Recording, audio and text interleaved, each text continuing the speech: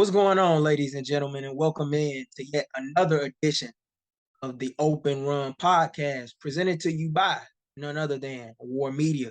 My name is Gabriel Wilkins, and I'm back once again with my friend, co-host, my partner, Josh Hicks. How you doing? Always a pleasure to be on the mic with you, my brother. Yes, indeed. Yes, indeed. It's been a busy week. A lot of games going down across the association.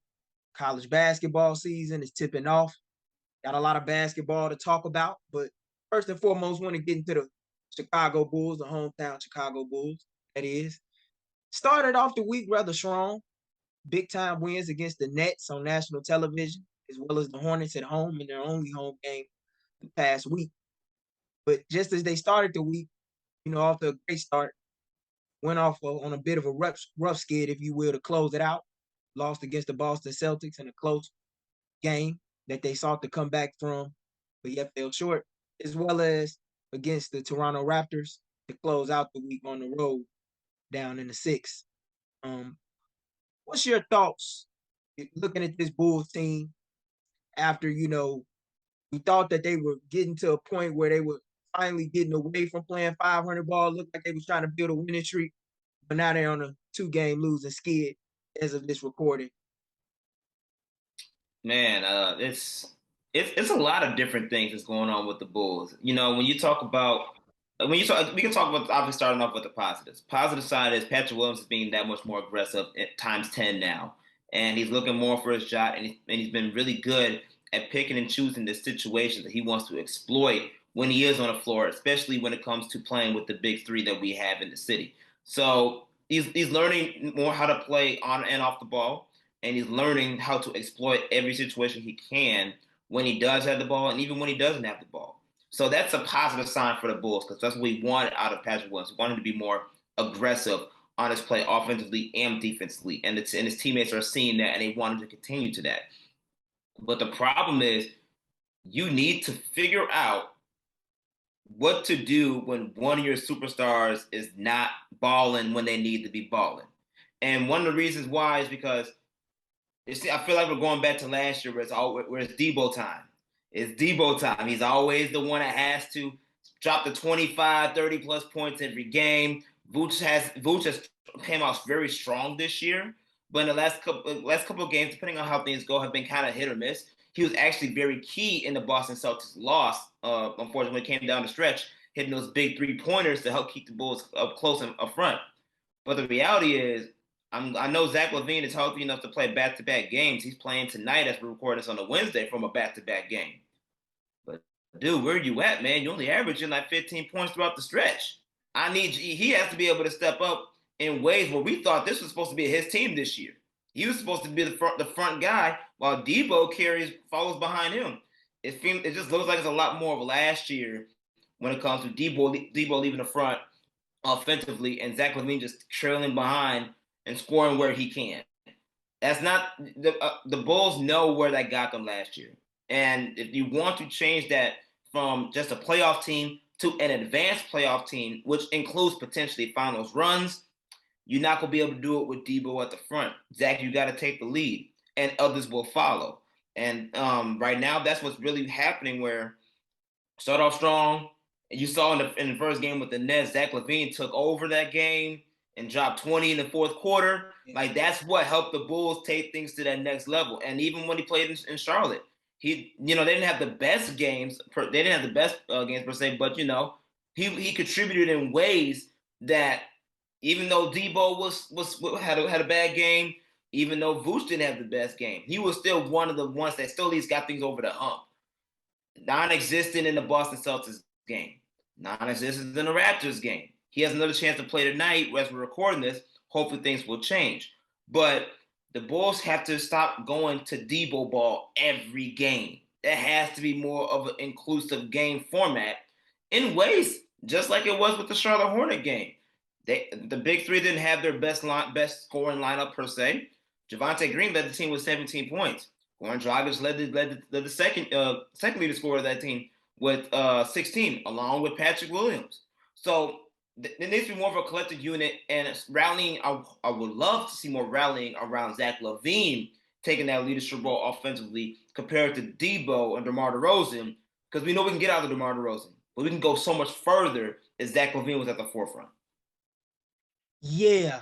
And Zach is a guy who I think all Bulls fans, including myself as a spectator and just observer of the league in general, we want to see a lot more from. Although I think he's just not starting to find himself rhythm-wise to start the year. I think we got a little glimpse of what can come off of that big time fourth quarter he had out in Brooklyn when he really had the hot hand from beyond the arc and was getting to the cup at will, finishing as well. I think we want to see him attack more. That's been one of the biggest complaints I've seen from a lot of fans and analysts, across the league. But he's only played in I think 6 or 7 games thus far, so it's gonna take him some time. But I do agree with you. At some point, you do have to find a way to get away from Debo's heroic acts and play together. I also need to see guys be more committed to having a next man up mentality. This team is missing Andre Drummond to a great degree. And you got a chance to see that during this past weekend in the game against Toronto, where the Bulls got out rebounded by 10 in a game that they ended up losing by 9. I think Dalen Terry provided a lot of spark and energy off of the bench, as well as Derrick Jones Jr. Protecting the rim. But this team continues to struggle with rebound when their best rebounder, and I'm not ashamed to say it, even though it's his first season, he cemented himself as the team's best rebounder when he's played. Andre Drummond is not available. That has to change. And another thing that has to change as well is guys just chucking up shots. Like yesterday, Debo was getting double teamed. Yeah, I believe he scored in double figures, but he only attempted 9 shots. Mm-hmm. And when he had to kick it out, you had a lot of guys taking shots that were uncharacteristic, just forcing shots, weren't even taking shots with confidence. That has to change. Guys have to be more aggressive. I like the way that Patrick Williams has played over the last several games. I think he stepped it up and realized that. I know that he didn't really close out the game particularly well against Boston, but this is a Bulls team that fans need to understand and realize is still trying to learn how to win games in clutch time. And I know that this is a team that fans want to see get to the finals. However, you got to crawl before you walk. This is a franchise that has not won in the first round of the playoffs, I believe, since 2015 when they beat Milwaukee. This is a new core. Derrick Rose ain't coming through that building no more. Joakim Noah not coming through that building no more. Jimmy Butler not coming through that building no more. They have to learn how to win together as a group, and it starts now. And I think Nikola Vucevic has played extremely well as of late, but in stretches. He has to find a way to do that more consistently.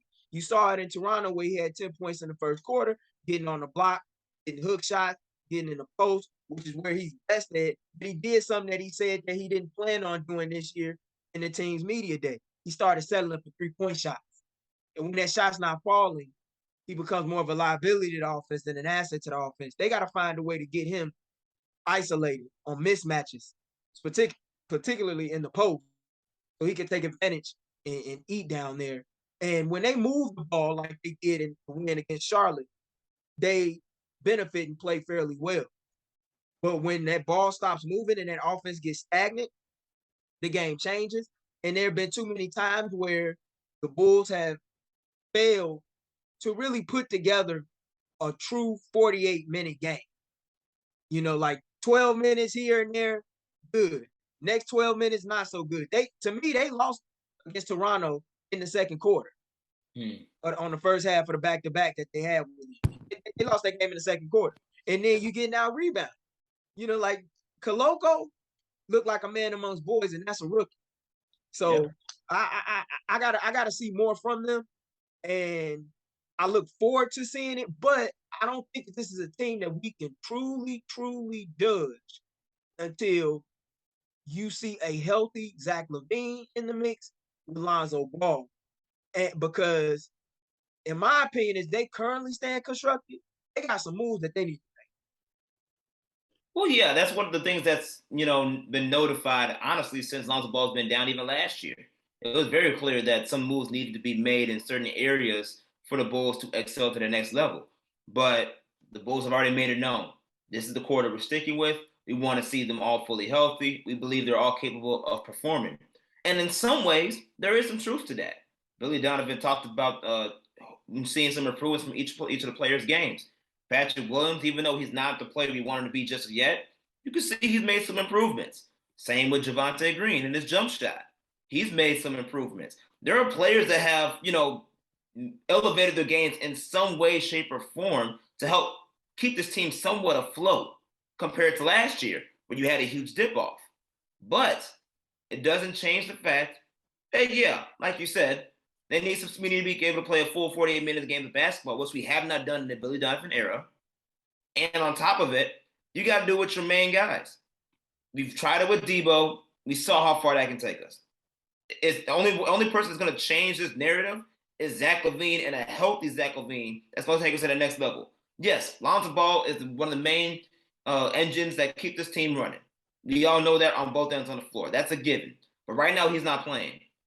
You just signed Zach LaVine as your max player, the first player of your history over $200 million over 5 years. You have made it known to the public this is what he's getting paid for moments like this, to be the leader, to step up, and to ball and carry the team in the direction that it needs to go further than where they went last year.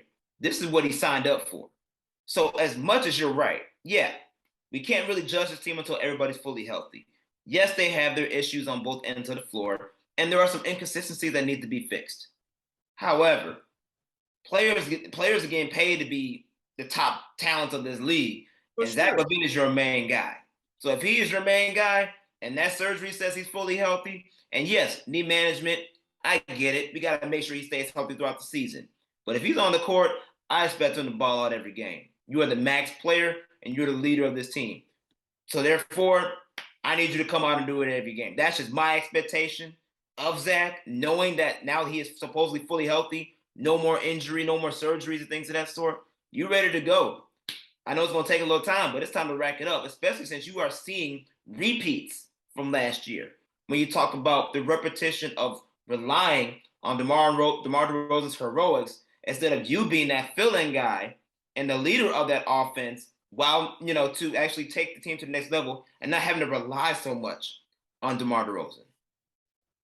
I understand exactly what you're saying. That's well said. But I want to segue into a big time story that came out just shortly following last week's recording of episode 3 of Open Run, involving a team that we talked about last week and continuously has stayed in the NBA news at the top of it since the start of the season. That's the Brooklyn Nets, and not for the best of reasons.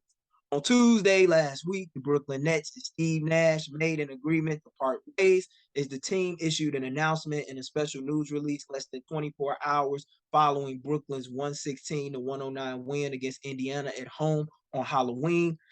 Nash went on to release a personal statement, as we all got a chance to see across Twitter, thanking Nets owner Joe Tsai, general manager Sean Marks, who he has a great history with, dating back to his playing days when they played together in Phoenix. Shortly after the team issued the announcement, amidst Brooklyn's 2-5 start to the year through the first 7 games of the year, Nash, who guided the Brooklyn Nets over the last 2.5 years, led Brooklyn to a 94-67 record during the course of his tenure, including back-to-back playoff appearances along the way. Following the pardon of Nash, the Nets announced that their lead assistant coach, Jacques Vaughn, who served as Brooklyn's interim head coach following the firing of Kenny Atkinson back 2 years ago, would take over as the interim head coach once again, while the Nets search for a permanent replacement at this time. As we know, Josh, let's get to it. Let's cut to the chase, man. From the moment Nash arrived in Brooklyn to take over in the lead seat as the Nets head coach in September 2020, Hall of Fame point guard and former MVP as a player, dealt with a series of challenges throughout his tenure with the Nets, ranging from how to direct the roster that once featured James Harden alongside of Kyrie Irving and Kevin Durant, on top of Ben Simmons, who they acquired as of earlier this year, last season, in a trade with Philadelphia involving Harden, What were your initial thoughts on the Nash firing, man? And after having a full week to fully ponder upon all of this, what are your thoughts on the state of the Nets in the wake of this move? Well, let's put it this way. I've always been a harsh critic of Steve Nash. I will admit, from a head coach perspective, I was a harsh critic of him, and I even said it in the last episode. If I could fire him, I would, just because not everything is not Steve Nash's fault. Sean Marks has a role in this, and so does Joe Tsai when it comes to the makeup of this team. However, when you have players on your team that don't want to have the effort or give the effort to play, that is your coach's job to get the players ready to ball every game. And it's been shown, and Steve Nash even said it to Sean Marks. According to Sean Marks, I lost the locker room of the team. They're not listening to me. That's a problem. That's a coaching building. That's between the coach and the chemistry of the locker room. So because that sacred trust has been severed in such a way, you can just see every night they're not really playing for Steve Nash. So it was kind of obvious, even though it's not all Steve Nash's fault, it was time to let him go and move on because you put him in a situation that, quite frankly, he's not the person to solve. What blows my mind even more is the fact, though, that as soon as you let Buddy go, you make it known to the public your first option We're is gonna get into that. is Ime Udoka, right? So I'm sitting here as I'm looking at all this, I'm like, wow, maybe Stephen A's illusion was kind of right, but at the same time, is it really that smart of a move? And honestly, just from Jacques Vaughn's coaching performance this week, giving him a 3-1 record over the past 4 games, that shows you right there. Maybe you might want to hold off just a little bit on making that transition. We're Jacques gonna Vaughn get got into this that. team going. Jacques Vaughn got this team going. But to answer your question, I'm not surprised. I'm only reason why I may be surprised is because I've heard that Sean Marks and Steve Nash are a package duo. So if Steve Nash goes, Sean Marks goes. Kind of makes sense.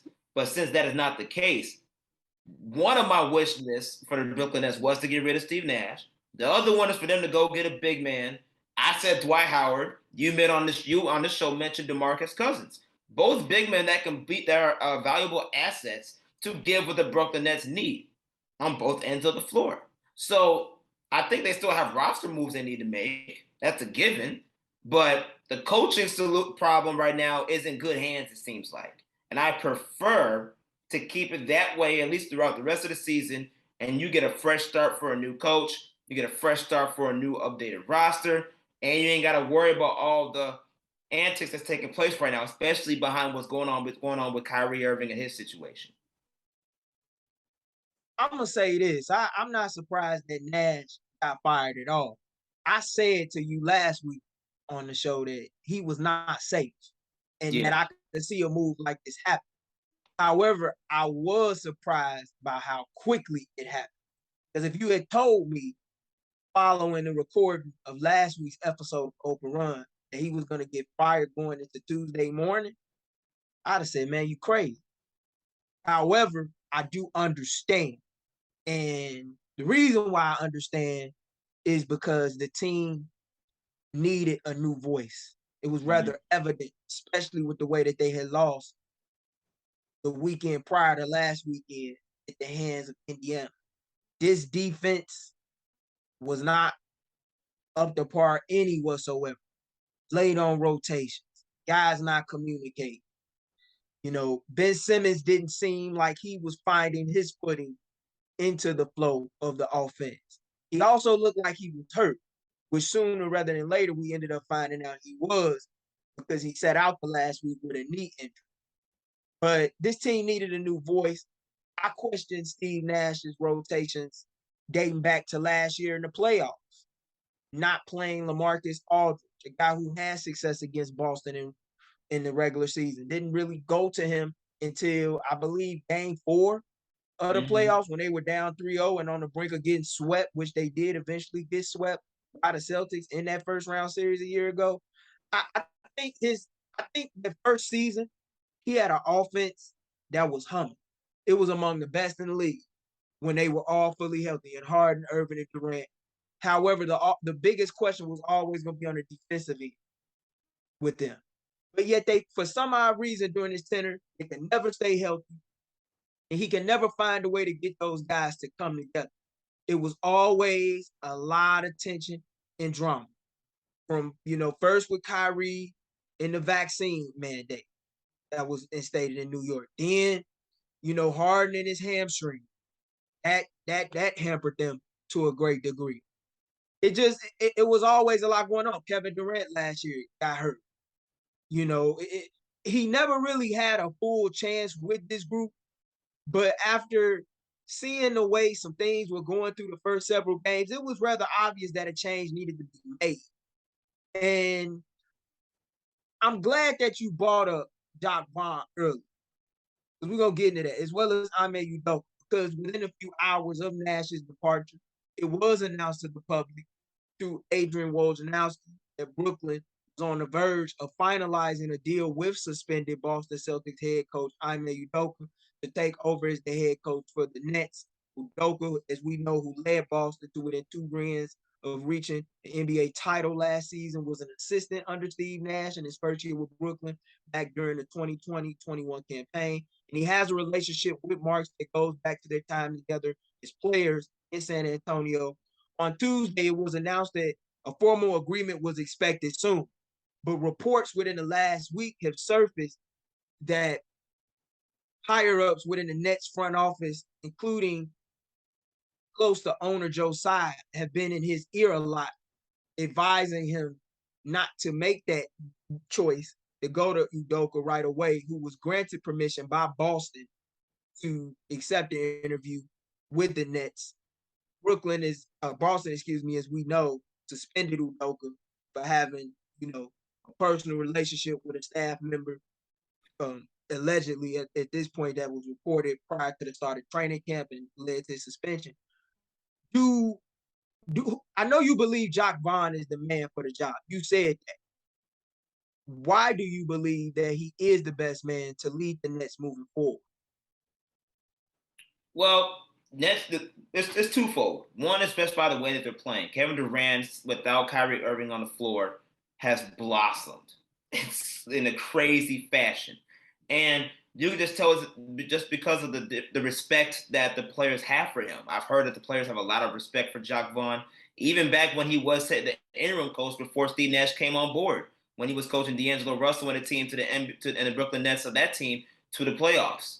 There was a lot of respect for Jacques Vaughn on this roster and on this team, and the players are showing it by the way that they play every night with him now. They played 4 games with him. They've been 3-1. The offense has been smoother, and the defense has picked up. It may not be the best defense in the world, but at least the effort has been there. So I think just off of that alone shows that Jacques Vaughn currently has the voice of this locker room, and guys are following suit, including their main leader in Kevin Durant. Now, do I think he's the solution for the duration of the future of this team? No, I don't. I do think you do need to give. I think he'll be good for this season, though, especially since you still have to handle numerous PR nightmares that's going on within your franchise with Kyrie Irving, etc. But adding Ime Udoka, even though from an X's and O's perspective, from a man-to-man perspective, locker room presence perspective, coaching perspective, he's that guy for them. I do believe that. However, like you said, you was just suspended for a year for breaking team violations, breaking policies that unfortunately involved women.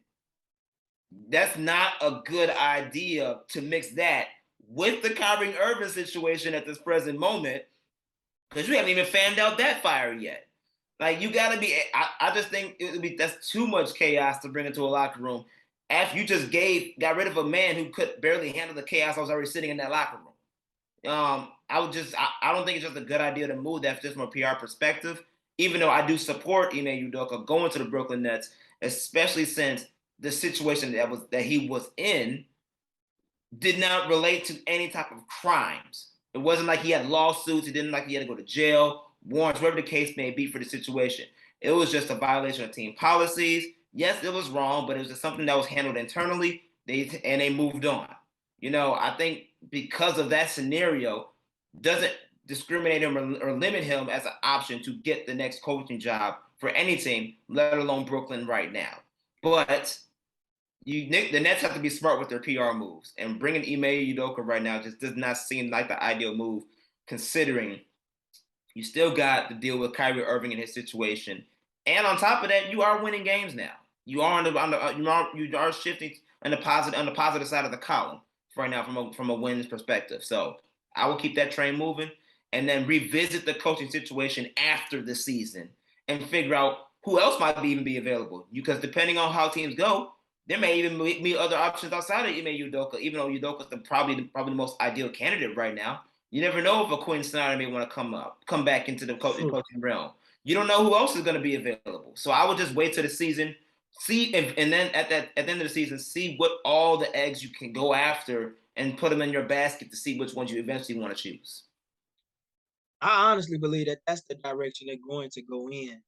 Jacques Vaughn is a guy for the audience. If you're not familiar with him, as we spoke on a couple of times thus far in this episode, he was an interim head coach before when the Nets fired Kenny Atkinson a couple years ago, which was Kevin Durant and Kyrie Irving's first year in Brooklyn when Kevin Durant was recovering from the Achilles injury that he suffered in the 2019 NBA Finals against the Raptors.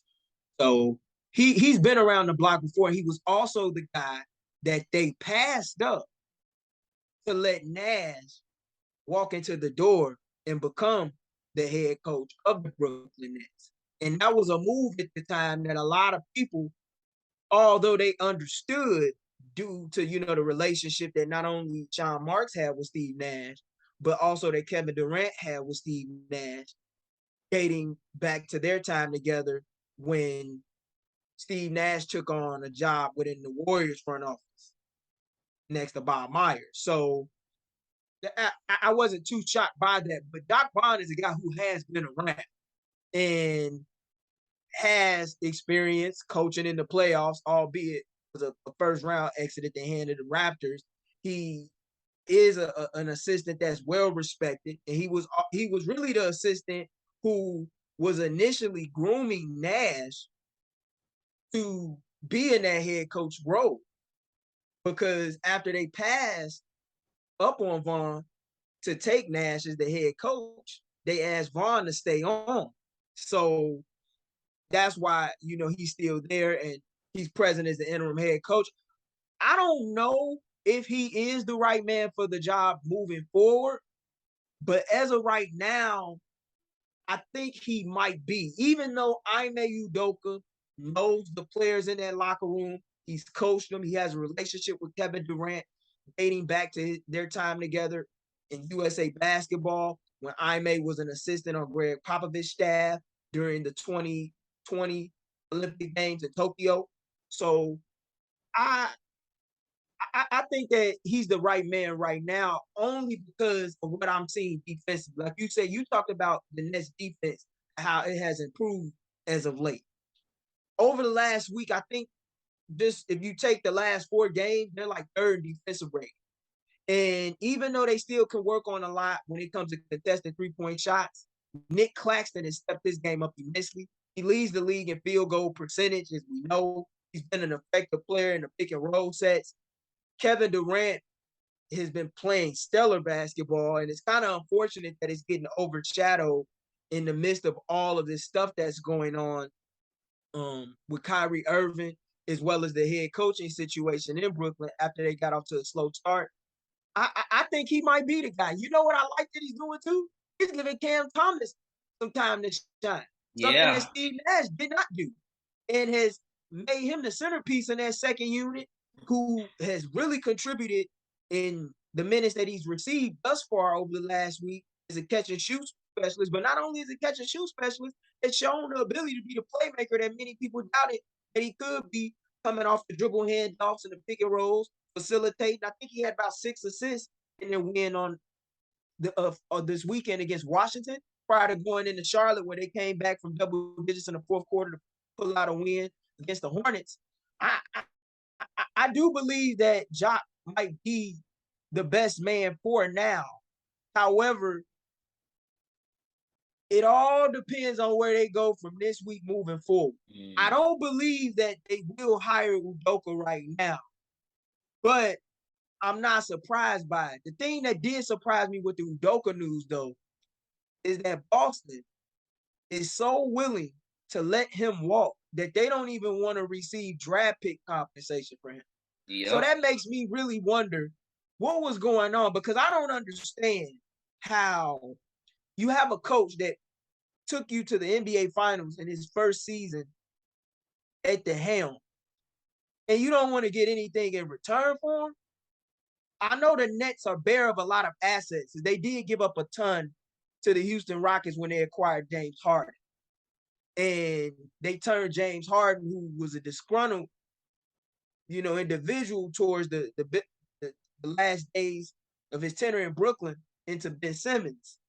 But I just don't get that. I don't get that personally. That's a good point. I mean, it makes you really wonder how bad, or quite frankly, what was really behind the scenes, or behind the scenes of the suspension. Because Yeah.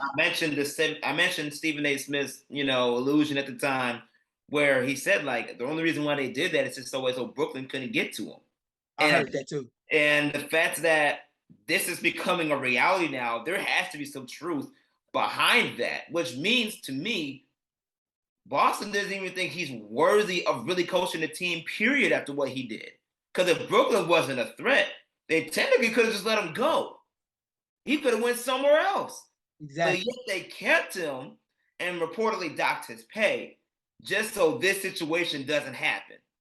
If that truly is that, if that's the case, that also shows how Boston really feels about him internally when it comes to how his relationship is with the team in general, not from a player's perspective, because their players were confused as heck when all this went down. But yeah, also, I saw that. Yeah, but from a front office perspective, where they want to hold this man hostage because they know he's good enough to go somewhere else and help a team win, knowing that maybe Steve Nash was already on a hot seat beforehand. That just shows there's a lot of behind the scenes stuff that hasn't been released yet, but maybe it was happening during that time period where they knew, okay, we can't just let him go to a rival that we just beat last year to go to the finals. We'll hold him hostage here, and if he wants to go somewhere else, yeah, maybe. But if it's that serious, we can't let him go to Brooklyn. There's just so many ups and downs behind the scenes that we don't know about. But this sheds a lot of light on what really could have been going down, which led to a suspension instead of an actual firing for him to allow him to go somewhere else. And then you talk about not only your biggest rival, but a team that lies within the same division as you. That's very interesting to me. That's just very interesting to me. I mean, they got draft compensation when Doc Rivers left Boston to go to LA, and he had years left on his contract with the Celtics. I don't understand why you wouldn't get that for Ime Udoka. I understand that you didn't win a championship with him, and that Doc did guide you to a championship and 2 finals within a 3-year period when he was there during the Big Three era with Kevin Garnett, Ray Allen, and Paul Pierce. But at the same time, man, that's just interesting. It's a very interesting situation. But I do like what Jacque Vaughn is doing. As I alluded to, he's playing Cam Thomas. Utah Watanabe has also stepped up for them off of the bench, giving them double figures in games and being a high-level impact defender, protecting the paint inside. You saw him getting a big-time block on DeMar DeRozan when they played the Bulls last week. He also swatted a couple against the Wizards as well. I really like the energy he's provided them with, and he's also proven to be a nice catch and shoot option. Because I'm noticing a lot of these teams started double KD at this present time, but he's finding a way to pass out of it with his long wide reframe, and guys are hitting shots such as Joe Harris and Utah Watanabe and Cam Thomas. Man, I'm anxious to see exactly what Jacque does and brings to Brooklyn. But thus far, he's brought a lot of energy, and the guys do seem excited. So I don't really see too much change there.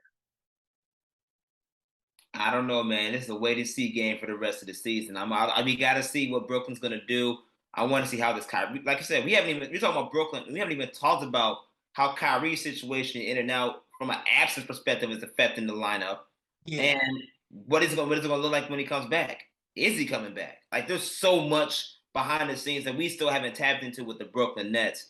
But at the end of the day, they have something going in the right direction, and that is Jacques Vaughn and the way he's coaching this team.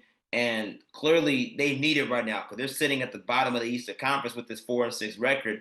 I'm one of those people that thought they was gonna flip all that around this year, but that's clearly not the case. There's still some time left, obviously, of course, but your first 10 games of the year, you 4-6. I didn't imagine that. So hopefully, Jacques Vaughn can continue to steer the ship in the right direction as the Brooklyn Nets are handling all these off the court situations with their superstar, in Kyrie Irving. We'll just see how things go, man. But I like what I'm seeing so far from Jacques Vaughn. Moving along from the borough that lies east to the city by the bay in the west, where the defending world champs recently made history in the worst way over the last week. Despite capturing their fourth championship in the last 8 years a season ago, the Golden State Warriors have come out rather flat to start the season. And while some can blame it on a possible title hangover, those around the league might be led to wonder whether or not there are a different set of problems that have led to the Dubs' slow start out the gate thus far. The Dubs sit 3-7 through their first 10 games of the regular season, which included a 5-game road losing skid recently along the way at the hands of the Hornets, Pistons, Heat, Magic, and Pelicans on their latest road trip to kick off the year. Golden State, Josh, is the first defending champ in NBA history to get off to an 0-6 start on the road, in spite of Stephen Curry's fantastic start to the 2022-23 campaign. Yet, in spite of his solo efforts, number 30 alone hasn't been enough as the reigning finals MVP and his team find themselves in an early hole. We know there's plenty of time left in the season. You know, this team has only played 10 games, like most teams thus far throughout the association.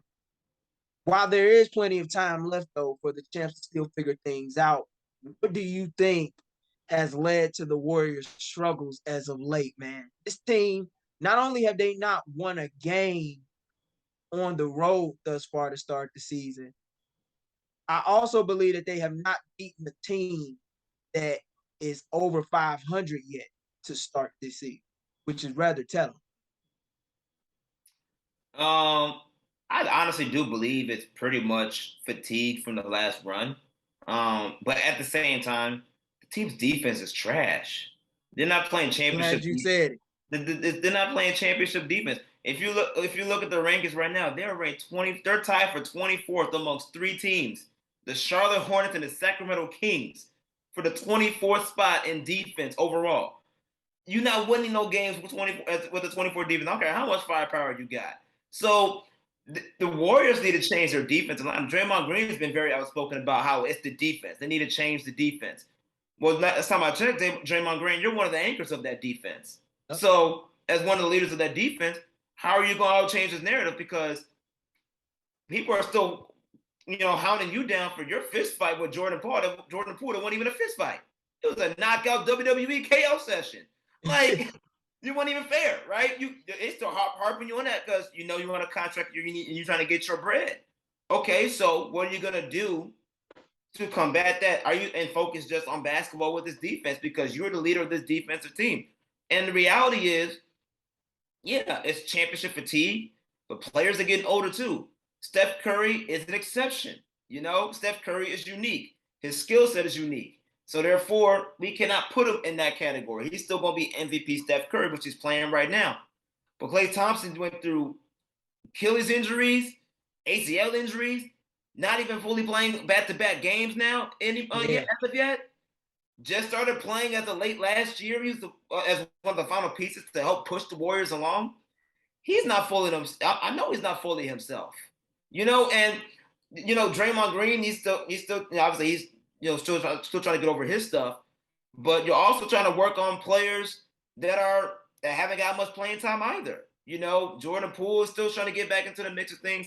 He's still trying to. He's still playing a little woozy from that knockout punch. But hey, that's part of the game. So you never know how that's gonna go. When he's gonna eventually get back with that. You're playing Moses Moody right now, who is great. He's shown as a good bench player, but he's still young in this game, has to play the league. And you're playing with James Wiseman. This is his first season playing with the Warriors, period. And he's only 10 games in. So it's a lot of wrinkles that need to come into play that they have to iron out.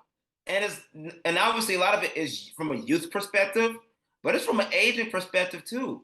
And combining that with the deep playoff run that they had last year to win the title, you're not going to get the same Warriors team right away.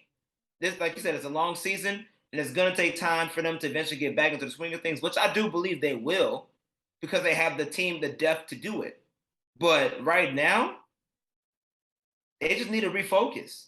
And it's hard to do that when you're coming off a championship run, and not just any championship run. It's your first run, and I think it's like your fourth finals appearance in 6 years or something like that.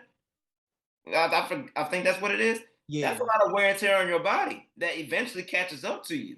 So I think it's a combination of things for the Warriors, but that defense is the number one thing. Where you may not have the best offense, but if you play defense, you at least have a chance to win games, which is something the Warriors have not been able to do. Man, I'm gonna put it to you like this.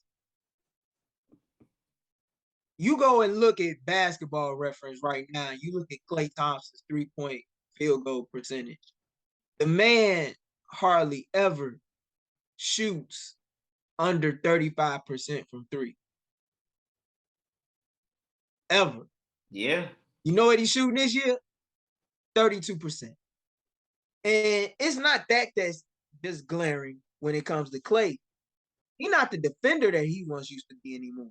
Right. And you can tell that the injuries have taken their toll on him. And I feel for Klay Thompson. I'm not going to be somebody that completely passes him, because I can only imagine how much that takes to come back from. Right. You suffered that torn ACL first in Game 6 of the 2019 finals. You miss a whole season. And then as soon as you're about to come back and you're ramping up, going into training camp, you tear your Achilles in a run on USC's campus, I believe, with fellow NBA players and peers. So I'm really kind of shocked by his performance shooting the 3-point ball, but defensively, he just has not been there. And it's not just with him. It's the entire team, as you said. And you bring up, the defensive rating. I'm going to bring up some examples to you. I'm watching a game the other night when they're playing New Orleans. And Jordan Poole takes a 3-pointer and he hits it, but yeah, he don't get back. And Jose Alvarado just coasts in for an easy layup. Mm-hmm. It starts with everybody on that team. Yep. And that second unit isn't playing up to par. And last but not least, the young guys got to grow up.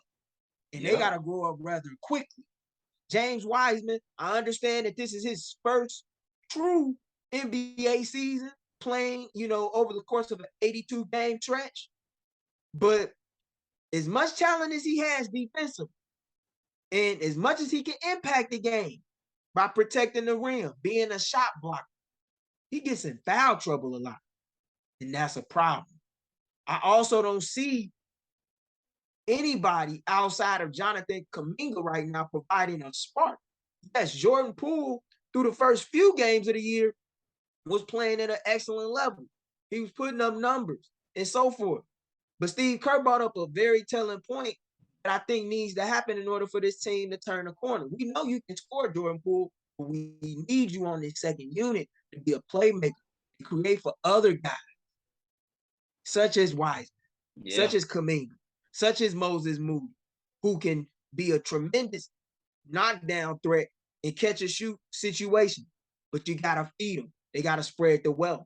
And they got to learn how to play the Golden State way, which is something that they have lost as of late, and that's moving the ball around. They have not done that to a high degree. And I think what you're going to see, I think you're going to start seeing Steve Kerr provide Jonathan Kuminga with more minutes after seeing the way that he played the other night against the Pelicans. Did a good job, attacking the rim, scoring off of cuts, etc. That's what they're going to need in order to find themselves back where they once were, and that's at the top of the West. I'm not saying that they're done with, but guys definitely got to step up, man. And it starts with the second unit, because the second unit is the one that's been blowing the impressive stretches that the first unit has had, even in spite of Klay Thompson's struggles shooting the basketball. And that has to change as well. Don't get me wrong, because it's a make or miss league. And when you're taking as many 3-point shots as he is, and especially on wide open looks, and that's what you known for doing, you got to capitalize off that, man. You just got to. If he does not, then Golden State, I think, is going to be pressed to have to make some moves and do some willing and dealing at the deadline. And it might involve Klay. It might involve Klay. It might have to, in order for them to really get a valuable asset back in return that can help this team get back to its winning ways. You mentioned obviously the second unit in Jordan Poole. Let's bring up the Poole effect, right? Because the Poole effect was supposed to be Jordan Poole getting his max dollars. He's gonna create and get himself a really big pool in his backyard. Everybody can come swimming in the pool. You know what I'm saying? It's gonna be pool parties all day long, baby. Well, maybe that's what maybe that was the problem and the reason why you're struggling the way that you're struggling right now. You too focused on getting that bag, and now that you got your bag, you done lost your values. Because what your values were when you came to the Warriors was your spark off the bench, being able to score the ball effectively. We can tell you've been shooting with Stephen Curry in the after hours of each practice because you improved your jump shot over time, and you played a huge role in the second unit even last year to help the Warriors go over numerous obstacles throughout their playoff runs to be able to win the NBA Finals. But now that you got your bag secured, that you and Andrew Wiggins was shouting in that locker room with the champagne bottle, rightfully deserving of that money. Now you got it's another level to this now. Because now you're paid. It's different when you're humbled, you're trying to get your bag, you're working your butt to get there, and now that it's a different type of grind. But now that you got your bag, there's a whole nother level of grind you have to do it. Because now you only you're not only securing your bag, you need to maintain your level of play to even get a higher bag or even get more winning under your belt. And you're playing for the Golden State Warriors, a team that has won four different championships in 4 championships in 8 years. In 8 years. You in the prime of the Golden State Warriors franchise. You don't have time to be sitting there having pool parties all the time, brother. It's time for you to go do your thing in the gym. And what you're seeing right now is probably, I would like to call, the Poole effect of that. Because you were so focused on finally getting that championship. You were so focused on finally securing that bag to a point where reportedly your own teammate had to knock your butt out in the middle of practice. Now that you got your bag, now that you're secured, you feel like there's nothing left to bring to the table? Because right now you ain't bringing much of what you did in your earlier years compared to the jump that you made over this past season. So Poole got to get it together. If he's going to be the main guy in the second unit, he has to get his own act together before he can think about playmaking for other people. Because just off of his skill set alone, offensively, it's hit or miss. It's been hit or miss throughout this stretch. And throughout those hit or misses, it's been real flashy, but it's been real dull too. You need to find that common ground to where you can not just do your thing, but like you mentioned, play make for other people. Because now you're a secure situation. And the Warriors are bringing more assets to the table than what you had last year to get over the hump, knowing that their big three isn't what they're used to be. So if you want to be the future of this franchise, which they currently paid you and Andrew Wiggins to be, there's a different set of rules that apply to you. He's getting that wake-up call, seeing what those rules are like. Because now Steve Kerr's calling them out. Now Draymond Green is calling them out. People are calling them out. They ain't never called them out before. This is what happens when you finally take that next level. Now it's time for him to start living up to those expectations. And not only when you get to that next level, but you among the 100. Because when you got that title, you the team that everybody's hunting for. But before we move on, I want to ask you real quick, Josh, do you think Golden State needs to make a move, man, in order to repeat? as champions. Do you think this team really need to make a serious trade when in the months to come? I know it's early. I know it's a lot of basketball left to be played. But like you said, this team, when you make it to the finals as much as they have, they won 4 titles in the last 8 years. They got to a finals in 2019, lost to the Raptors in 6 in an attempted three-peat and fell short. Do you think they need to make a move, man? Because this team really, they're not getting no young. Granted, they got several young pieces alongside of them, but like their core gonna need a little bit of help. I think they need to make a move, but not that drastic of a move. I think they need to Okay. make a move to where the role players are more amplified in their roles, and more specifically from a big man perspective. You got James Wiseman as your centerpiece, and that's a piece you never had before. But he's young, and he has a long ways to go to get to the level that the Warriors need him to be to take that extra step. Especially when you're talking about three-peating and you're being hunted the way that the Warriors are. I will go out there and try to get a veteran big, someone that can bring Wiseman along, someone that can play solid minutes off the bench along with Wiseman, and so that way they could push Wiseman even more to that starting position.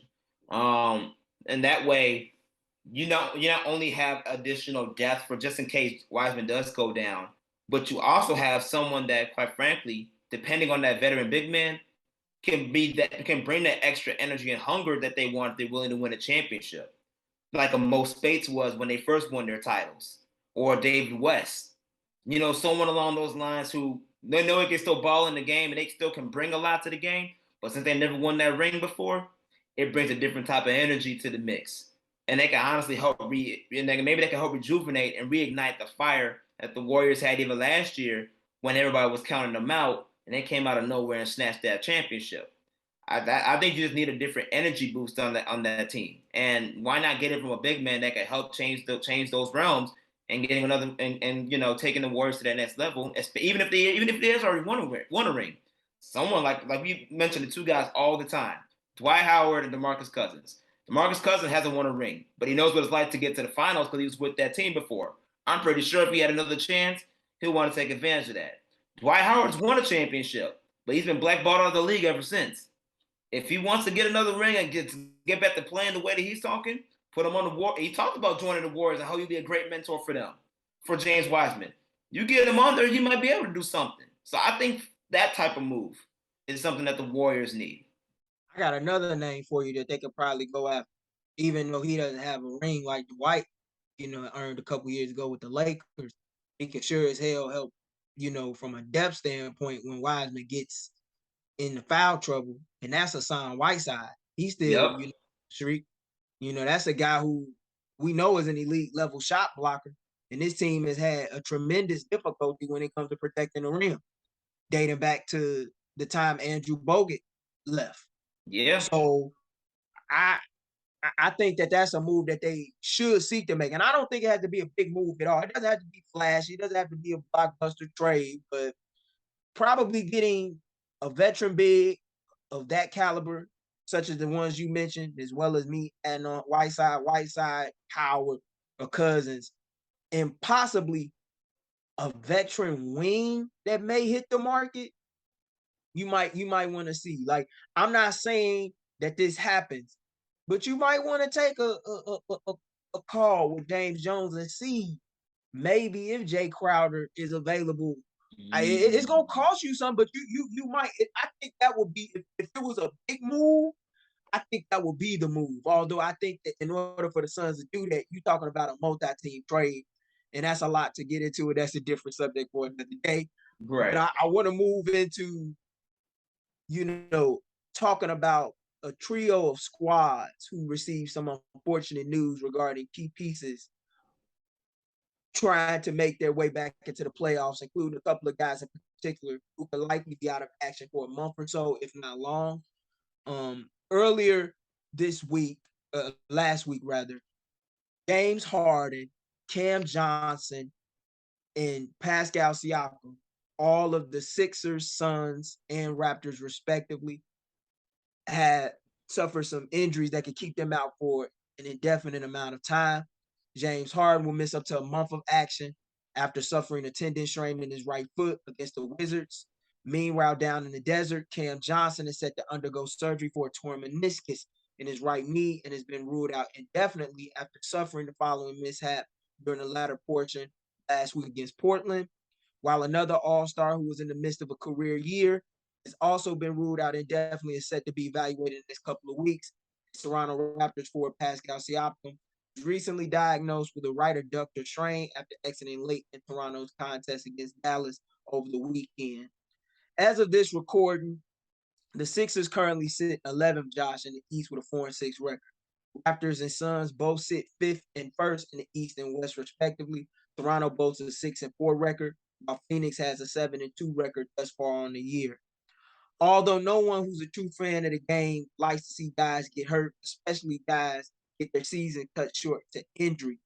Among these three teams, being the Sixers losing Harden to the tendon strain, the Suns losing Cam Johnson to torn meniscus, and Siakam being lost by the Raptors to an adductor strain.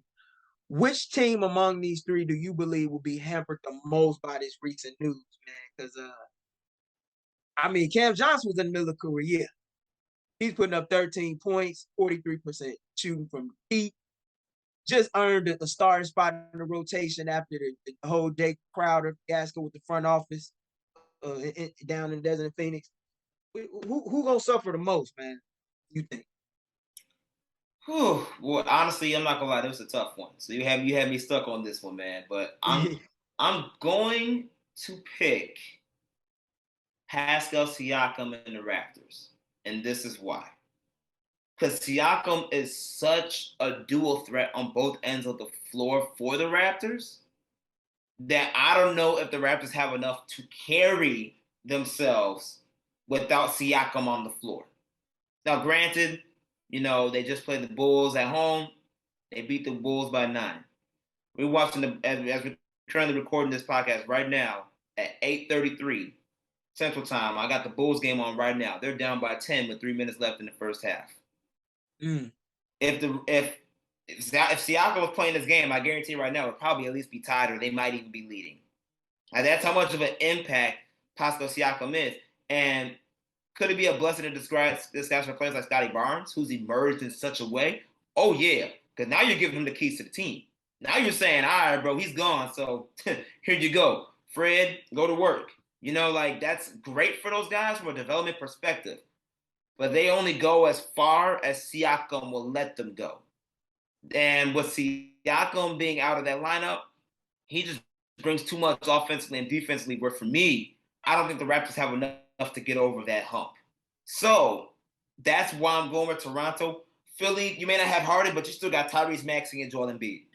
You'll be fine over time. And they honestly play better together without James Harden historically since he's arrived in Philadelphia. So that's a plus for them. When we talk about Phoenix, yeah, Cam Johnson, like you said, career year. He's doing all the great work in that starting lineup. But the Phoenix Suns went to the NBA Finals for a reason. They're still a pretty much put together team. They can at least keep it afloat with the leadership of Chris Paul and Monty Williams, and they got what they got over there in Phoenix. And you still got Mikal Bridges, even though Cam Johnson, they play the same position. Mikal has shown to be that elite two-way player that has earned Defensive Player of the Year voting and was I think second in voting last year for Defensive Player of the Year. So he can cover that loophole for a little while Cam Johnson recovers. Toronto doesn't have any of that. It's pretty much Siakam or bust from that perspective, and I just don't think Toronto has enough to get over the hump. So I think Toronto and the Siakam injury is the most impactful one. That's going to make a dent from these teams from a progressive perspective.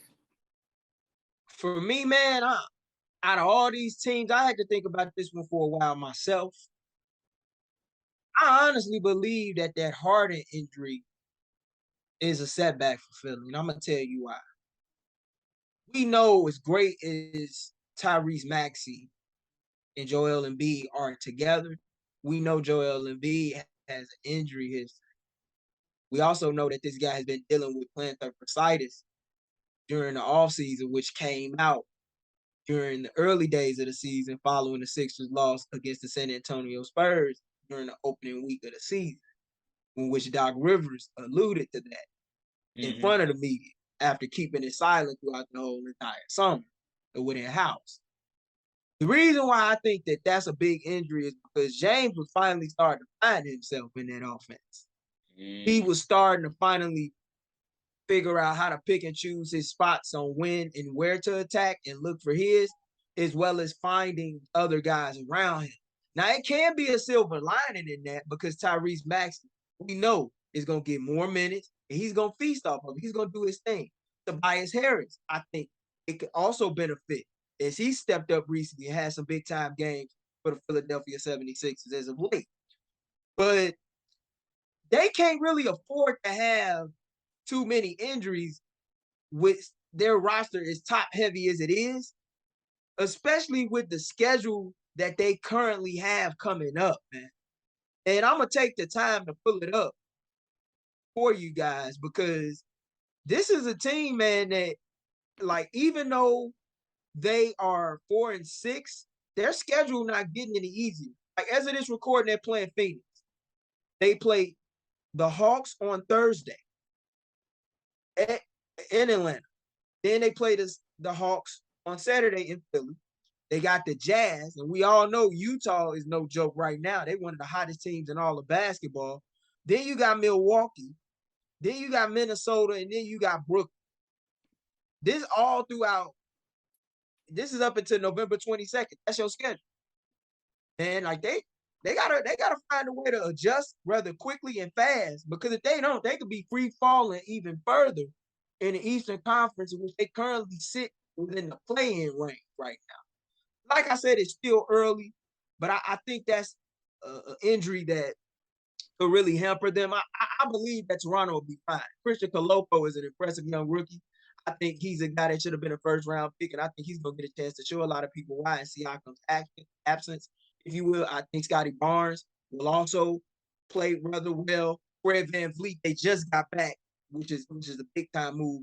As far as Phoenix, I'm not really too worried, but I will say this. Even though Cam Johnson and Mikal Bridges play the same position, Cam Johnson was a nightmare matchup for forwards because his ability to stretch the floor, and you have to respect his ability to shoot.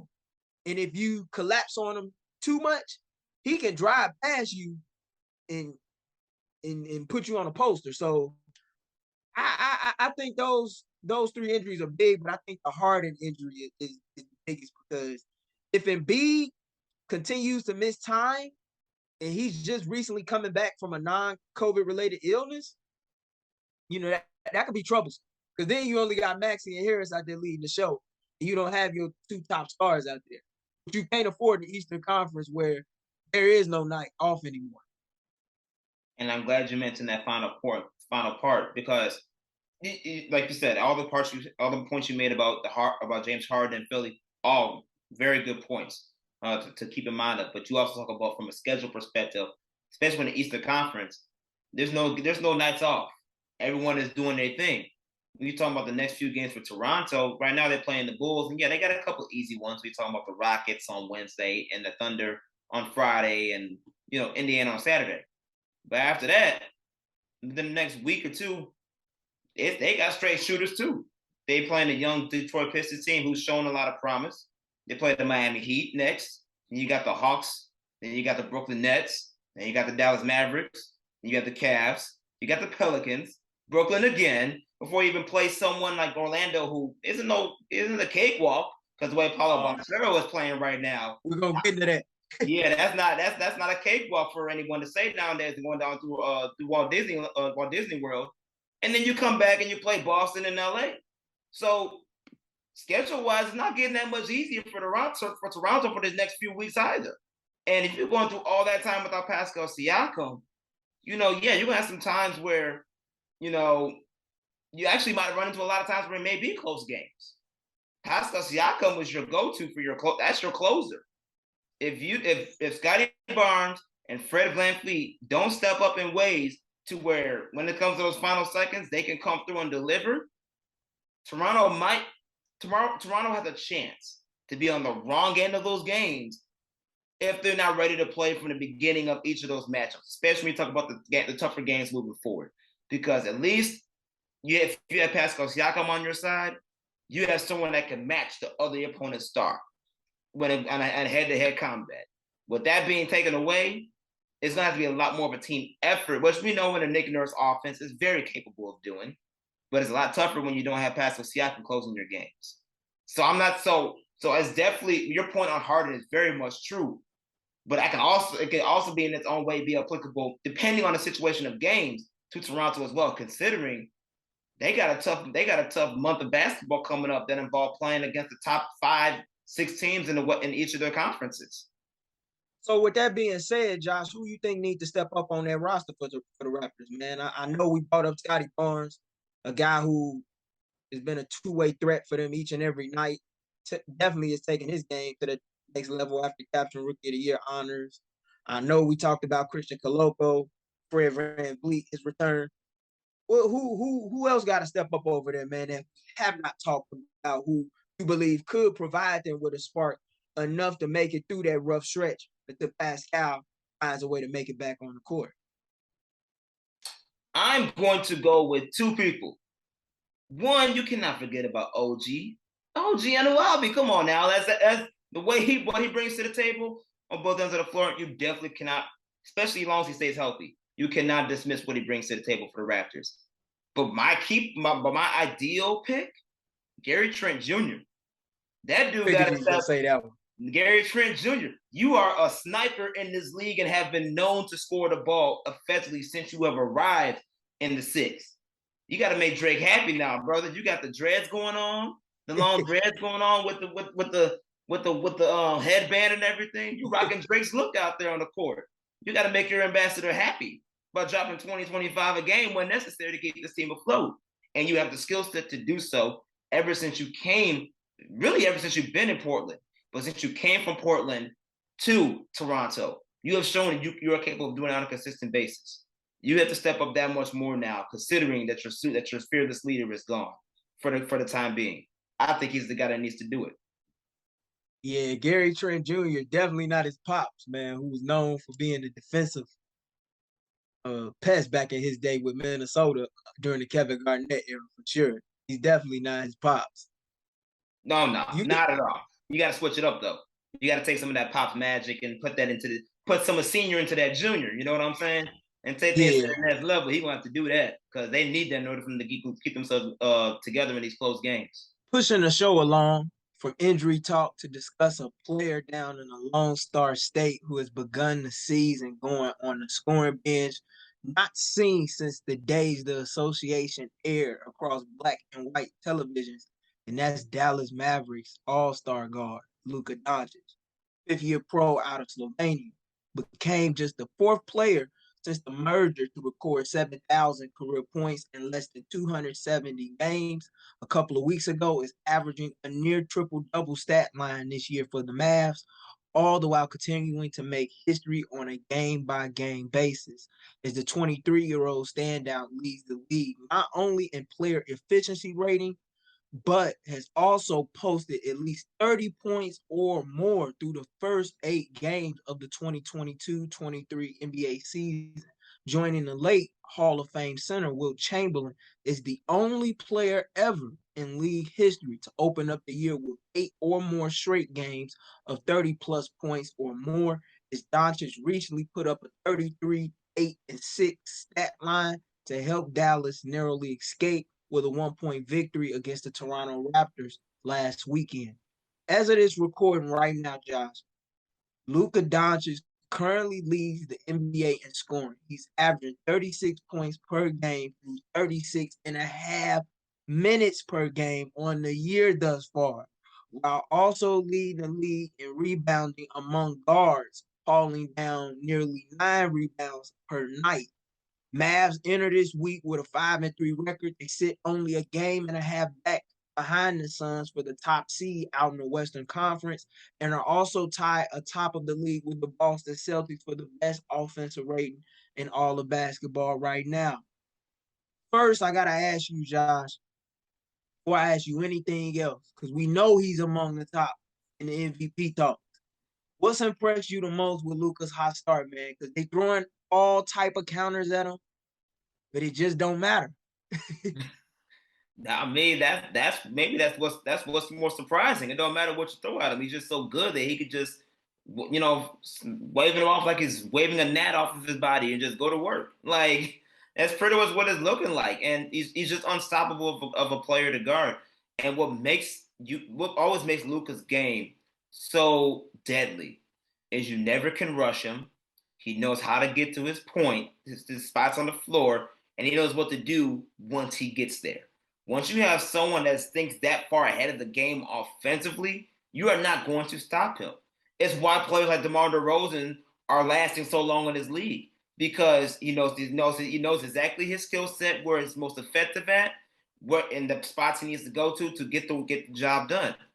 That's really and I think what makes that more impressive is that he's doing it at such a high rate without a Jalen Brunson by his side, who was so key a component to that Dallas Mavericks team last season going to the Western Conference Finals.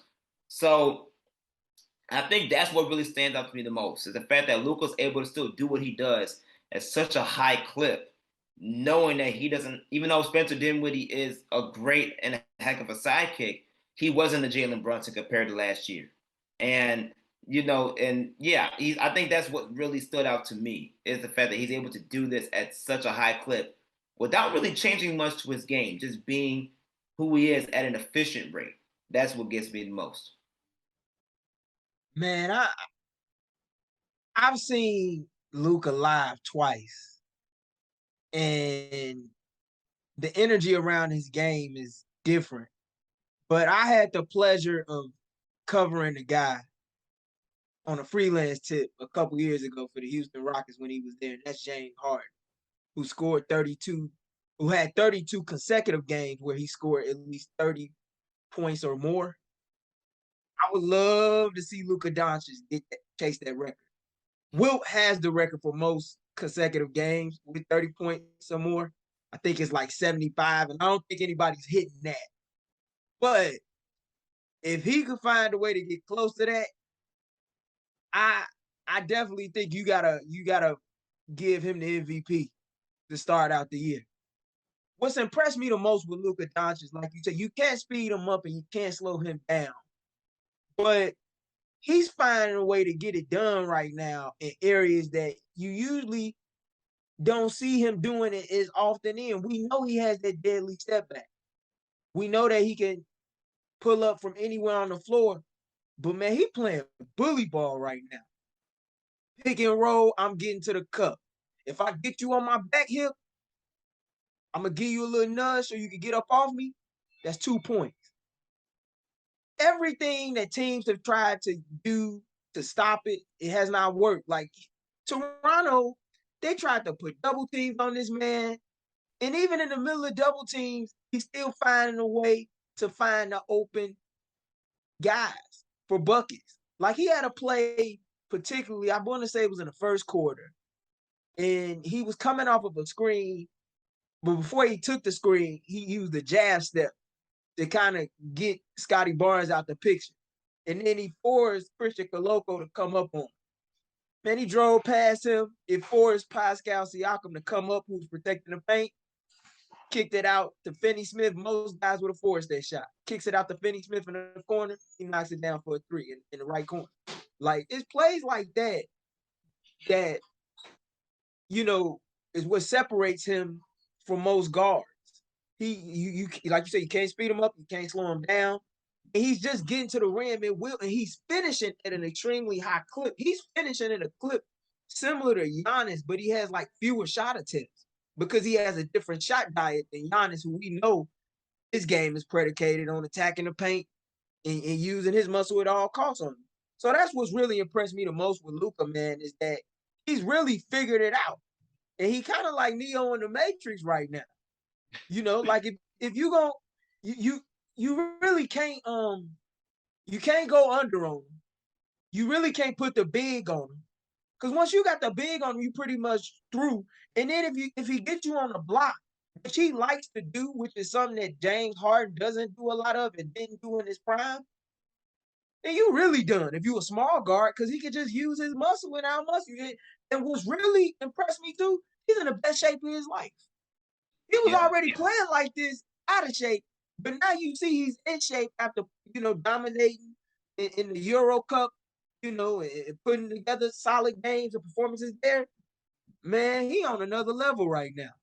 And in my opinion, he damn sure in the top two of the MVP running. Which brings me to my next question that I gotta ask you, bro. Do you believe that Luka Doncic, as of today, is the NBA's most valuable player? And if not, who's your pick? And you can tell us why. I think at this point you kind of have to. You got to put Luka Doncic at the number one MVP slot. And I think what does it for me is you've mentioned, how he's like Neo in the Matrix right now.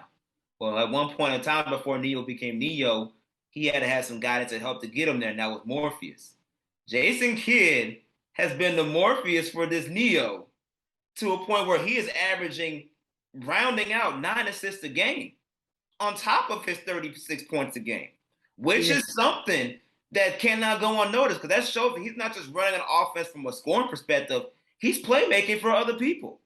And those other people are capitalizing off of his playmaking skills, which is something we have to acknowledge for a 6'7" point guard in Luka Doncic. So to have that happening and your team is still above 500 in the winning category, there's only one other person I can maybe put in the competition with that right now, and that's Giannis himself. Who knows what it means to win 2 MVPs? Because his numbers is unreal right now, and the Bucks are undefeated. But for Luka to put the Mavs in a top West position, 5-3 in the league, with the numbers he's putting up, there's been a lot of talk in the past couple of years about, Luka should have won it last year. It was early beginning of the season. Luka's the MVP pick. Luka's his name has been mentioned in that MVP category and taking his game to the next level. Well, he hasn't taken a leap like he did this year. And this year is a completely different type of level of expectation that we had of Luka, where for us on the outside looking in, we're saying, okay, he's arrived now. This is the version of Luka that we needed to see on a consistent basis last year for him to get the MVP votes that he is going to get this year if he maintains this. That's where this year you got to give him his props because just like Giannis elevated every year, he has elevated every year, including this year, not just in scoring, but doing it in an efficient way and not forcing things like he did last year, trusting his teammates to where he's getting 9 assists a game. That's what's going to help take the Mavs to the next level. And I got to give Jason Kidd, the Morpheus of this offense, his props for that because Luka last year wouldn't do that. Now that Luka has, you have to give Jason Kidd credit for putting in his ear, like, yo, you have to trust your teammates. And the teammates are coming through from him in race that they didn't last year either. And before I make my point, adding to Josh's point, does anybody who's listening to this find it kind of ironic if you're sitting back watching this at home? Don't you kind of find it a little bit ironic that Jason Kidd played a role in the development of two of the main guys in which we're talking about in the running for the MVP award right now? Because prior to Jason Kidd going to Dallas and taking a head coaching job there, of course, he started out his head coach career with the Nets, but he also went to Milwaukee where he got his hands on a young Giannis, and he put the ball in Giannis' hands at a time when most coaches wouldn't, and said, "Hey, young fella, learn how to play this point guard position and set guys up, and I'm gonna let you make your mistakes, but you're gonna grow and you're gonna get better." And I think that that's played a role into what we've seen over the last several seasons with him. In my opinion, if he keep this up, yeah, they're not gonna have a choice but to give it to him. I've always felt like Luka Doncic is a player who, because of the fascination that the media has with him, and understandably so, as much as the hype was kind of questioned by me before he arrived stateside, even though on the clips he looked like he was as good as advertised. Now that he's shown it consistently, this might be his time. He's damn sure on pace to lead the league in scoring. That's a given at this point if he continues to get to it like he has been. And that three ball at some point in time will continue to fall. But like this dude don't even need a screen, man. Like And I said that he took a screen earlier. No, he actually rejected the ball screen on Scotty. He's like, hold up, no, I got this. You know, like this dude, I'm impressed with what I'm seeing, man, because you don't see that often. And I don't think your average fan truly understands how hard it is to get 30 points every single night. Look at Every Kobe. single night. This man is a walking 30 piece. And not only that, he literally guarantees you a top 10 offense year in and year out with his production alone. I've only been able to say that about a handful of players in the league over the last 20 plus years. LeBron James, James Harden, Kawhi Leonard, Giannis Antetokounmpo being the other four. Luka's in that. You're not gonna add Kobe? Well, like, and yeah, you could put Kobe in there as well if we talking last 20 years. Let me not forget Kobe. Rest in peace to the Mamba. But at the same time, like just watching, or I should have said within the last decade, right? Like, because if you really think about it, the 2010s is when we really started to see a lot of these offenses start to evolve, and spacing became way more important than ever before in the game. Right. And with guys like Luka, with this abundance of space, they can do whatever they want, especially when you combine that with the rules defensively. But yeah, I mean, he getting it done in so many ways. He even facing guys up right now. It's like a game to him. It's really like a video game to him, and he can get wherever he wants. And he's even trying new shots in the middle of the game. You saw him take a running hook shot the other night. Yep. Like it looked like he bored out there. So even against Brooklyn, he throwing passes behind his back and whatnot.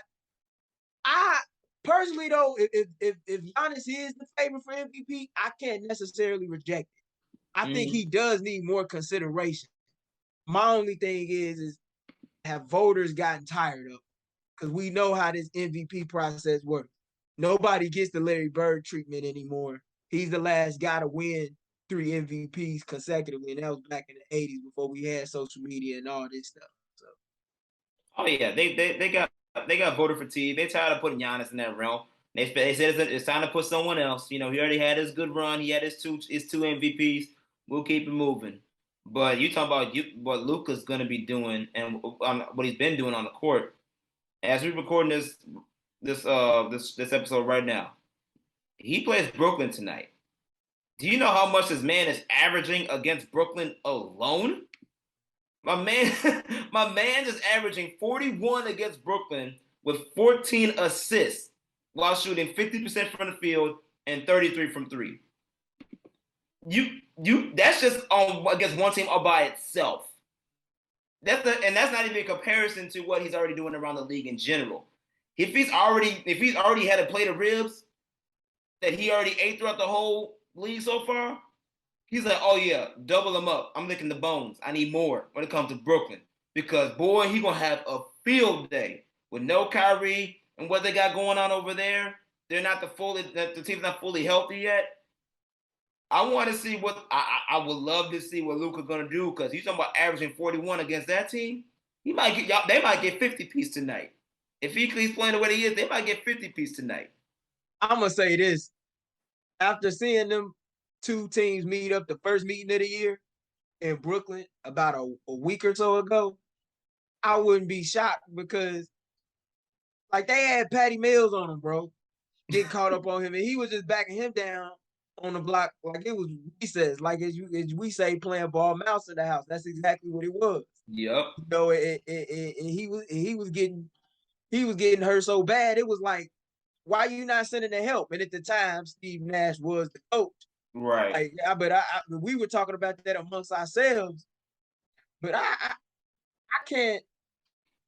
Yeah, like if he played Brooklyn like 82 games out the year, yeah, he probably would put up 40 or 14 every single night. That defense need work, and it's like he got an eye pass to the hole, pretty much. You know what I'm saying? So it's easy money for him, man. Barbecue chicken. Barbecue chicken. But I want to move on before we get into the closing segments of the show. Talk about one young player College basketball season just tipped off, right? Mm-hmm. The guy that, came out of Duke last year, number one overall pick in the 2022 NBA draft, making a Yep. lot of noise right now. Name Mm-hmm. is Paolo Banchero. If you don't know nothing about him, he's averaging 22.9 points per game, 8.5 boards at night, and 3.6 assists to start the year for the Orlando Magic in his first season. This dude just had like a 30 and 10 game against Sacramento. I think he was the first teenager since LeBron James to do that. That's exclusive company. Mm-hmm. No rookie has been named to the All-Star game since Blake Griffin back in 2011. I'm gonna ask you real quick before we get to the closing segments, John. Do you think Paulo Banchero will be the next rookie to make it into the All-Star game? We gotta have a Oh, conversation because he's playing out his mind right now, and he's not even shooting oh, the ball that well. oh, man. Oh, I'm a man of hot takes. I would love to say yes to that answer, but I'm gonna say no. I'm gonna say no. Okay. Just because the league's gonna find somebody to take on that type of role. The only person to me that had a chance of doing any of that prior to Paulo was Zion Williamson. Because the hype around that guy, putting him in an All-Star game. Oh, you want to talk about selling tickets? Oh, it would have been a whole entire show. They would have wanted to have it, but it didn't happen. Paolo Banchero is not a Zion from a box office perspective. And I think in order to have a rookie in the All-Star game, they would want someone of that magnitude to get there, considering that, it's about entertainment and sales. So I would think they would want, they wouldn't go that far for him per se, but they'll go for someone else that was bringing in the ratings like that. That being said, Paulo was somebody I still would want to watch. I would love to watch on TV every day because that brother's skill is ridiculous. He is literally a mirror to me of Carmelo 2.0. That is someone who, when you get the ball, good luck. It's the same way that young Melo in Denver was doing. You're down, give you the jab moves, putting you in the right position. Doesn't have to do too much with the ball, but does enough to be effective and to get a bucket every time he touches the ball. In the way that he moves, it just gives young Carmelo Anthony vibes. And that was someone that took the Denver Nuggets from a no-win team to a playoff team within his first couple of years in the league, and at one point made the Western Conference Finals. So Orlando definitely has a player, that has that capability compared with the other young players that are in Orlando or that are in Orlando right now that can still make some noise. But that's definitely my rookie of the year pick right now. He's definitely my rookie of the year. That's a given. But All-Star, ooh, as much as I want to say yes, I can't do it. I can't do it.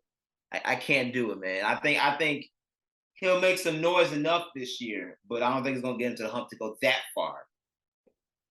He may not be as big as Zion Williamson yet as far as box office popularity, but I think it might come sooner rather than later if he continues to play like he has. The thing that's so scary about it is he's not even shooting that well from 3-point land, but he's doing a hell of a job using his physicality, especially when it comes to getting his shoulder in the smaller players, creating separation, on his mid-range shots, which he's been Yeah. using to terrorize guys. And the one thing I like too about him is we know he was able to do it in Duke, but he wasn't doing it as frequently as he's doing it with Orlando and on an NBA floor where there's so much space, taking advantage of guys, and that's in the pick and roll game. Yeah. And we saw that, to a great degree during the second quarter the other night against Sacramento when he was creating off of the dribble and using that as a way to get free, creating separation and keeping defenders off of balance.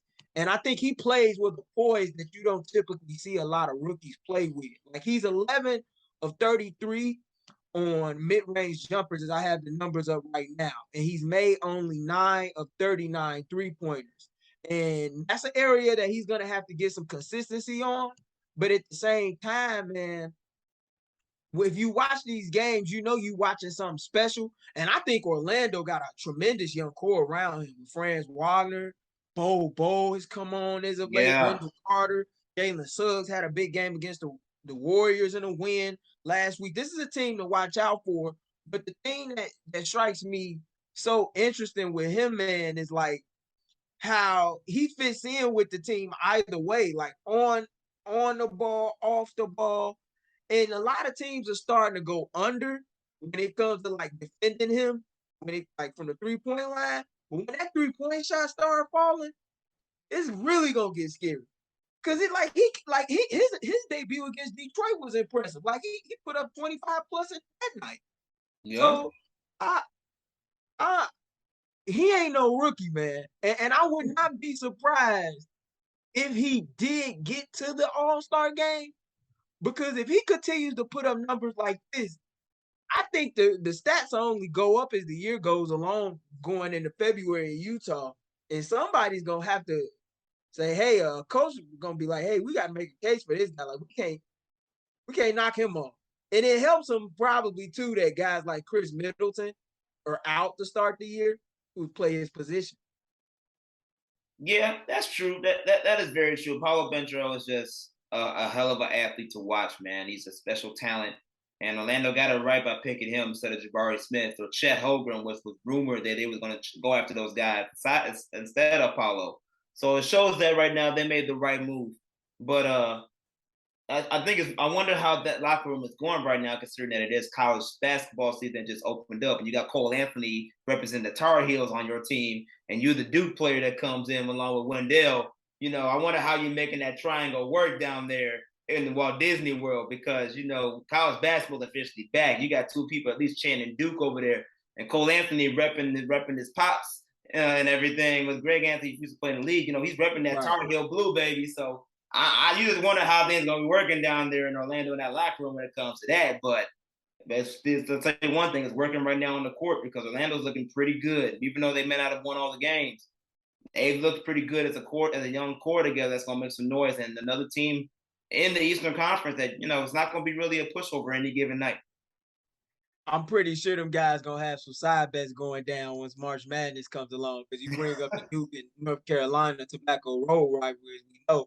But then you also got Jalen Suggs coming from a blue blood as well in Gonzaga. So, and then you got Franz Wagner from Michigan. Like, I'm pretty sure they're gonna have a lot of bets going on in that locker room March Madness time and having some fun with it. But they definitely are a young, intriguing core to watch out for, led by Paolo Banchero. If you haven't watched him yet, you need to. But I want to ask you before we get into closing segments on the show here, which teams and players have stood out to you the most thus far? Oof. That we haven't talked about. Yeah. Like in full detail. Cleveland, man. The way them Cavs is moving. We obviously we missed Darius Garland for most of the beginning of the season. He only played, I think, half of the game and half the first game, and he just recently came back. But you wondered how that would work, because Donovan Mitchell, he just carried the load ever since. Like, this is my team, I'm running this thing, and it makes sense. So you wanted to see how Donovan Mitchell was going to pair up with Darius Garland at backcourt when they're both fully healthy. But man, they are moving. They're making that thing, they're gelling really well. They're making that thing work. And it's JB Bickerstaff is doing his thing, coaching this young team.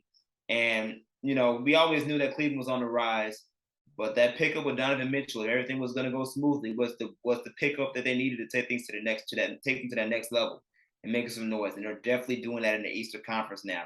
You see, defensively, they're a nightmare between Evan Mobley and Jared Allen. They are killing it in the paint, holding it down.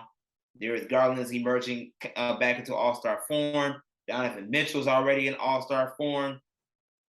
And, you still got your role players that's playing well, too. Kevin Love is playing great coming off the bench. I forgot his name. I want to say you got Sadiq Osman. JD Coming Osman. off, yeah, he's coming off the bench doing his thing. Okoro's doing his thing. You got a lot of players that are playing their roles very, very well, and that all not just that doesn't just come from an understanding from player to player, but player to coaching staff. And JB Bickerstaff is doing an amazing job in coaching his team and getting them really competitive throughout the early beginning parts of this season, and not just being competitive, but winning games. It's a different Cleveland team than it has been in the years since LeBron James left for the second or third time. Third time.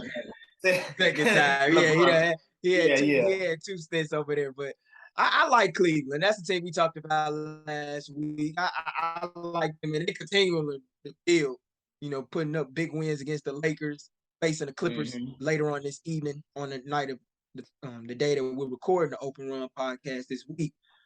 But one guy that stood out to me that we haven't talked about, I'm gonna keep it with a player because we've been talking a lot about players this particular episode. That's Desmond Bain. Desmond Bain right now, man, is shooting the hell out the basketball. He's doing more with increased volume. And you don't typically see that from a lot of players. He's taking more 3-pointers per game, but he's shooting like over a couple days ago, I think I saw the stats where he was shooting like over 45% from three. And then he's putting up a near 25, 5, and 5 stat line.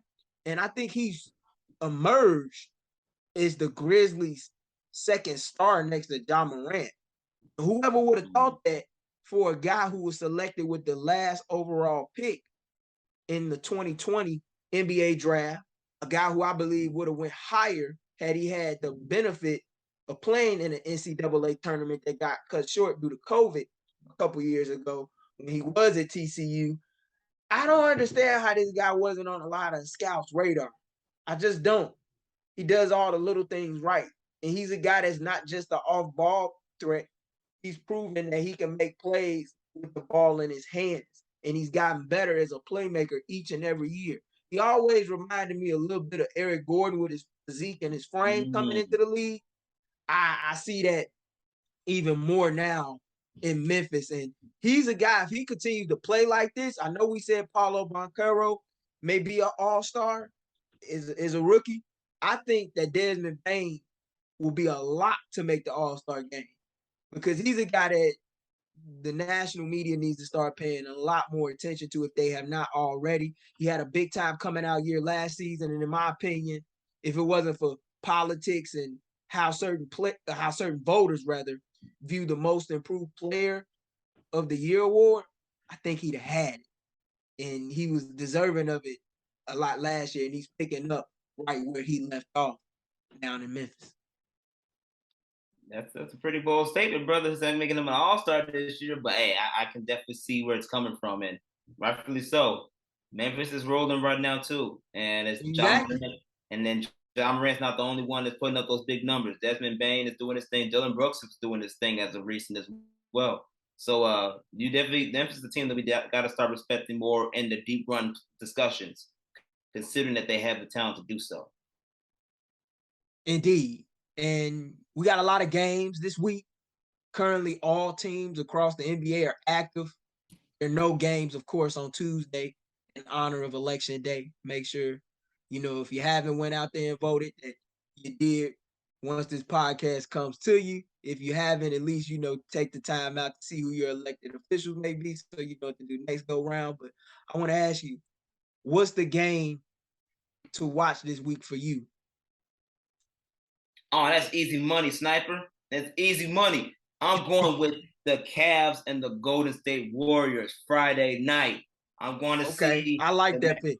I want to see what Steph Curry does against the young Darius Garland, and I want to see if Donovan Mitchell goes to the Bay Area, snaps off on a team that he's always had a hard time getting over the hump with in his previous playoff runs during his time in Utah. So I want to see how they fare up with the firepower that Golden State, even though they've been struggling, Golden State is not completely dead. So I want to see how those matchups play out.